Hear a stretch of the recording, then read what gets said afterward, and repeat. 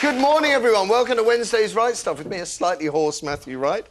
It's the 3rd of March, and look at this. Isn't this the coolest T-shirt ever? I know what you're thinking. It looks like an ordinary black T-shirt with a guitar motif. But there's so much more to it than meets the eye.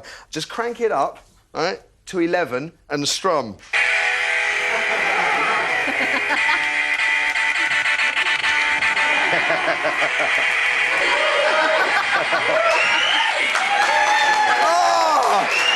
Amazing! I love it. Now, it's got good sustain. That's a technical term. Now, if you were watching yesterday, you'd have heard our Classic Rock magazine listed my single with Hawkwind as one of the 30 greatest rock and roll collaborations of all time. Up there with Bob Dylan and Eric Clapton. So, now I'm forming my own band. I mean, how hard can it be? Cheryl Cole's done it, and she can't sing neither. Joining me on steel drums, we have the Independents, Yasmin Ali by Brown, ladies and gentlemen.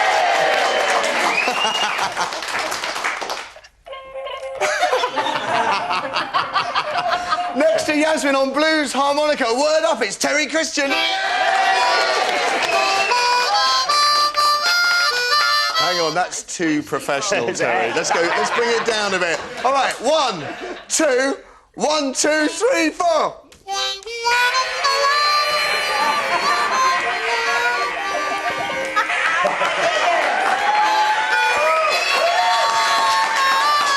Right, that's enough.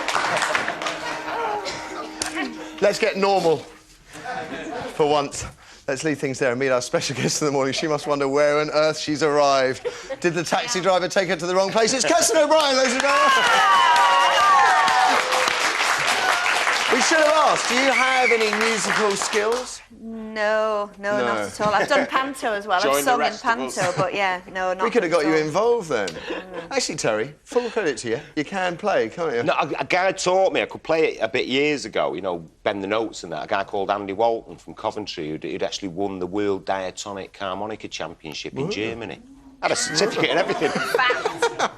Now, Kirsten, what can we say about her? After 14 years running kids' TV shows, she emerged from the CBBC broom cupboard to make a string of altogether more grown-up programmes, including my personal favourite, Kirsten's Topless Ambition, which involved you lap dancing for Peter Stringfellow. Yes. Not very successfully, though, you'll recall. Yeah, it was... How did you feel about that? I told the production when we went into it was my original idea, but I said, just don't... stop anything now, just put me in all situations and we'll have it on camera how I react. So with Peter, it was more about what I was wearing, and I ended up in a ridiculous tutu because I didn't want to reveal much flesh. But it turned out it didn't matter what I was wearing because I was absolutely pants at it anyway, do you know what I mean? So do you have a new respect for topless dancers off the back of that?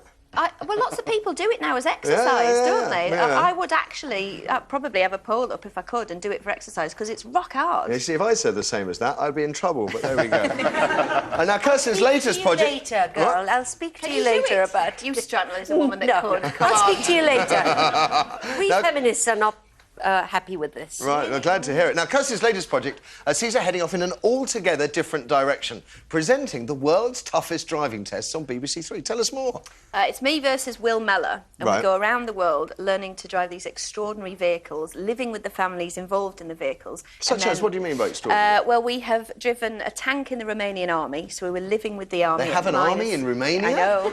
And their own loaded tanks. with pitchforks. They're actually built there as well, these tanks. So we're at minus 15 degrees, and then we have to go head-to-head in these vehicles at the end in a challenge. So last week was the tank. Last night's was something called the straddle carrier, which is these things on the docks that load containers. We have a little clip of that, in fact, as you said. Here is Kirsten behind the wheel of a 15-metre-high straddle carrier. Sounds kinky. Let's have a look. I wasn't in the running.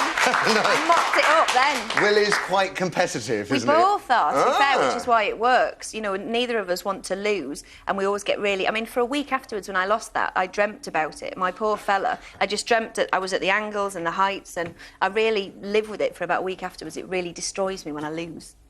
Whoa. Yeah. All right. Yeah. Not bad for a woman who once held the record for the most socks worn on one foot, I would suggest. This is true, is it not? Yeah, that's my kid's telly past rearing its head there, isn't it? How many did you get on? 46, I think. 46. I nearly got DVT because the pressure from all the, you know, just pulling more and more on, and my foot was in agony. It was live radio, and the producer ended up running in, going, "Get them off!"